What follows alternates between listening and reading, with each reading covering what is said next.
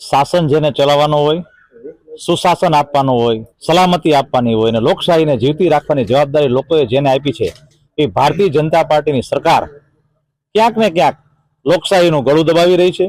બંધારણીય રીતે ચૂંટણી જે થવી જોઈએ, મુક્ત મને ચૂંટણી થવી જોઈએ, મુક્ત વાતાવરણમાં ચૂંટણી થવી જોઈએ, એ જવાબદારી ભારતીય જનતા પાર્ટીની સરકાર અને શાસકોની છે.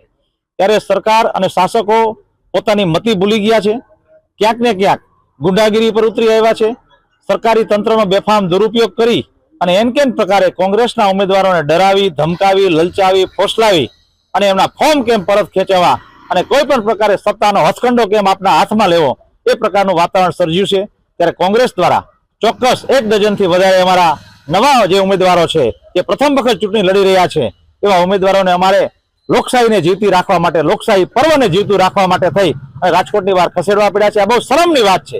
ગુજરાતની અંદર આનાથી સલામતીની બીજી તમે વાત કરતા હોય, ગુજરાત સલામત છે, તો આ મોટા મોટો જે સલામતીની ચૂક છે એનો મોટા મોટો દાખલો છે. ગુજરાતમાં જે ગુંડાગીરી ચાલી રહી છે એમાં સરકાર ક્યાંક ને ક્યાંક એને પ્રોત્સાહન આપી રહી છે, એનો આ ઉત્તમ ઉદાહરણ છે. ત્યારે અમારે લોકશાહીને જીવતી રાખવી છે. લોકશાહીને જીવતી રાખવા માટે થઈને અમારે અમારા ઉમેદવારોને બીજા રાજ્યની અંદર, બીજા જિલ્લાઓની અંદર, બીજા તાલુકાઓની અંદર ક્યાંક ને ક્યાંક લઈ જવા પડ્યા છે.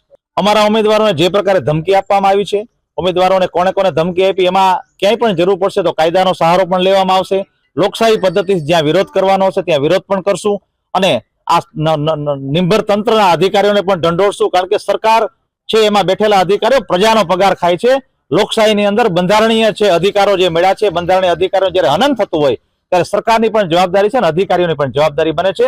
એને અમે ઢંઢોળવાના પ્રયાસ કરશું.